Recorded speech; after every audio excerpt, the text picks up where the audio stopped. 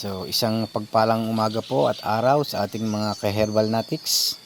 So today's video po ay matutunghayan po natin yung isa sa mga herbal na halaman na hindi masyadong napapansin ng iba, pero hindi nila alam kung gaano ang kahalagahan na idudulot nito sa ating pang-araw-araw na kabuhayan. So huwag po siya natin babastahin kasi malaki po ang naitutulong nito sa atin. So bago ang lahat, maraming salamat nga po pala sa ating mga viewers na masugid na susumabaybay sa atin at sa mga silent viewers na nagsusubaybay na rin sa ating mga video na pinapanood. So stay tuned. So mabalik po tayo sa topic.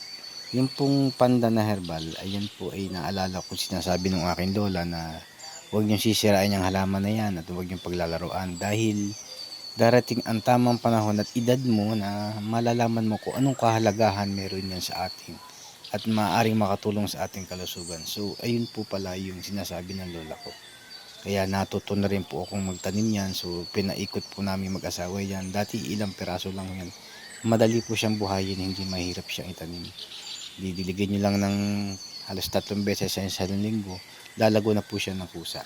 So yung maaaring gusto pong ng aking herbal ay available po yan, kahit sino pwede po tayo magbigay ng pananim. Madali naman po siyang buhayin. Nang sa ganun, meron po kayong sa inyong likod bahay na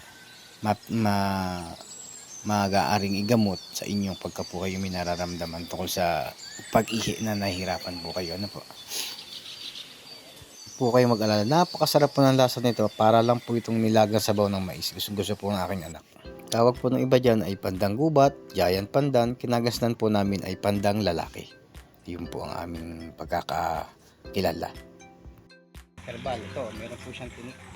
Ito guys, try natin. So yun yung tinik. Ayan. Ito, tatok sa akin. Sa pinakamabisa, kukuha tayo sa pinakapuno na dahon. Ito yung bisa ng pandan. So ito yun.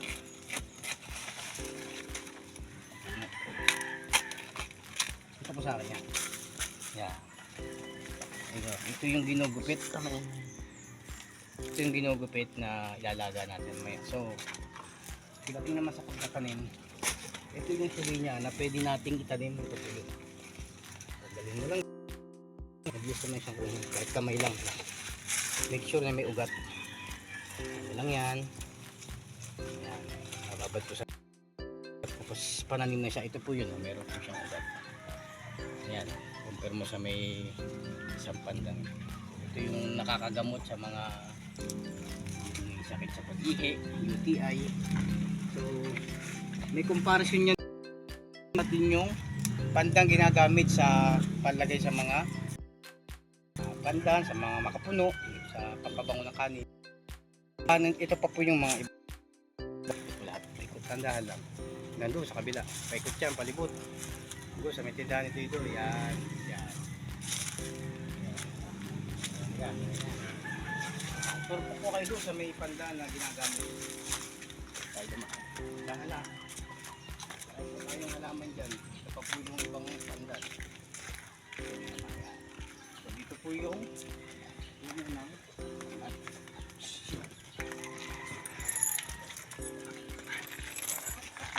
malinaw ako kung yung layo. So ito po yung ginagamit pandan. Lapit mo camera. Ito po yung pandan yan. Ginagamit sa pampabango ng halaman, sa may makapuno, pampabango ng kanin. So ito po yung pandan lalaki. So may pagkakaiba, pero may pagkakatulad. So ito po, lapit mo rin. Ito, bago siya. Wala siyang tinik. Yung mga age niya yan, hanggang sa likod. So, compare mo dito sa kabila, may tinik. kita mo siya yan, may tinik siya. Yan, ito pa yung kabila. So may pagkakatulad. Pero pare din siyang pandan. So yun, ipapaliwanag ko sa inyo mamaya hanggang sa paano ilulutuin, paano gupitin. So okay na. Laga mo siya, kailangan mo tanggalin yung tinik kasi baka malunok, masakit sa lalamunan yan. So ito yung tamang proseso yun. Gupitin natin, ganyan. So kasi natin yung part na medyo na matanda na. So ayan. So ito yung edge, ito yung center, tatanggalin mo din yan. Nakikita mo yung bisa ng Ayan. So, okay na. So, dapat yung matandang dahon. Kasi nandun yung dakta, nandun yung bisa. Okay, kuko ng talbos. So, ganyan pa rin yan. May kuko ka lang dyan. Kuko ka lang. Inom ka rin. Si Mirko, itong aking anak, nainom din niya ng pandan. So, Nalibubo ako ng pandan. so 4 na taong gulang, umiinom siya ng herbal. Herbal Natix din ko yung aking anak. Kaya pagka nahirapan siyang umihi, nakakain siya ng chichirya, mga soft drinks, matatamis, nahirapan siya umihi. Gustong-gusto na niya ng ito po yung tamang proseso yan. So pinakamabisa, antibiotic kasi yan, sasamahan niyo po siya ng luya. Ito po yung luya. Malinis yan, kahit nilanasan na siya. So paglalaga naman, kailangan malinis na siya. Nasa yung kasero natin. Hindi natin lagaan. So antigo yan, antik. Handa pa sa nanay ko yan. So ang tubig niyan ay 400 ml. So mas maraming dahon, mas effective. Yan. Ito po yung dahon. Laga mo na siya ng ganyan. Ito po yung luya na sinasabi ko sa ginayat. So yan. Pakuluan natin. So boboid mo lang siya ng takot sa akin. Boboid mo lang siya ng 5 to 10 minutes. Okay na yan. Mas malasa, mas mabisa. So ayun na, naglaga na yung ating pandan. Makagamot niya sa ating mahirapan pag-ihi. So ayun, nakasalang na po yung ating mahiwagang herbal. Sa Antigo at mahiwagang diuling nakalan. Yan. Wala naman sa... So 5 minutes, 10 minutes, ready na po siya. Pwede na siyang inumin. Yun lang. Nakabilis. Tayin po natin kumulo. Dito tayo sa isa sa mga sinasabi ko sa inyo na pasyente na napagaling natin nung herbal na pandanlalaki.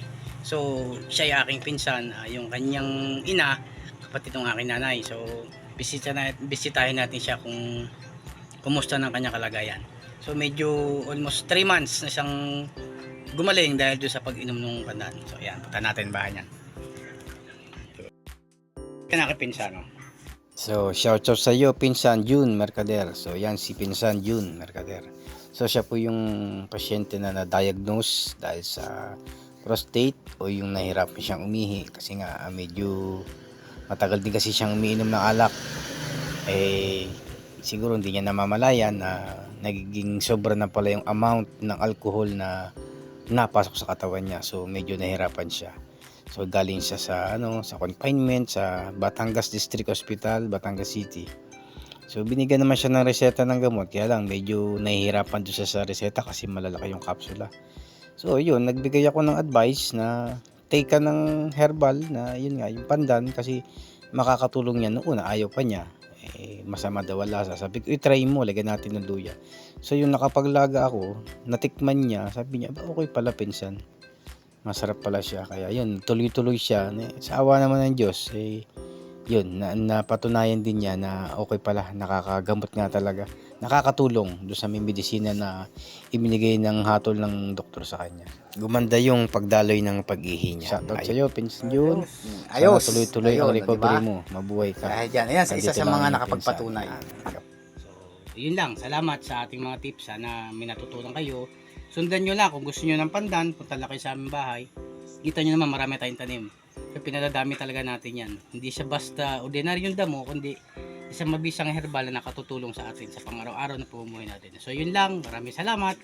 So sa ating mga vlog ay supportan nyo po ako at saka lagi kayo manonood at bibigyan ko kayo ng maraming tips pagdating sa ating mga herbal Natix. Okay, salamat.